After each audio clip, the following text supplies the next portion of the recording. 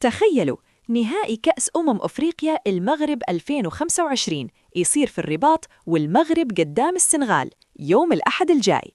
بس الحين السؤال اللي يخليك تقول لحظة، شلون وصلوا لهالمشهد؟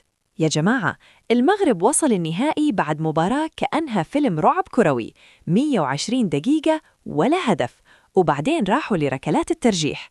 تخيل الأعصاب، كأنك تضغط زر تحديث والنتيجة معلقة. أول محطة، نصف النهائي ضد نيجيريا.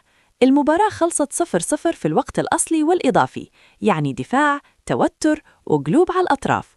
وبالآخر أسود الأطلس قالوا خلاص نخليها على الترجيح، وفازوا وحجزوا تذكرة النهائي. وعندك السنغال ما جت تتمشى، فازت على مصر 1-0 وختمت الموضوع بهدف واحد بس كفاية يوديهم للنهائي. وهنا يجيك شعور، يا ساتر، إذا هدف واحد سوى كل هذا، كيف النهائي بيكون؟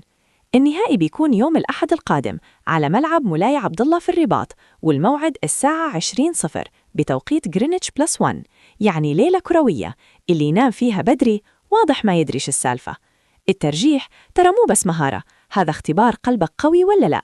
والحين السؤال اللي يجنن، هل المغرب بيكمل الحكاية للنهاية على أرضه، ولا السنغال بتخطف الكأس مثل نينجا في آخر ثانية؟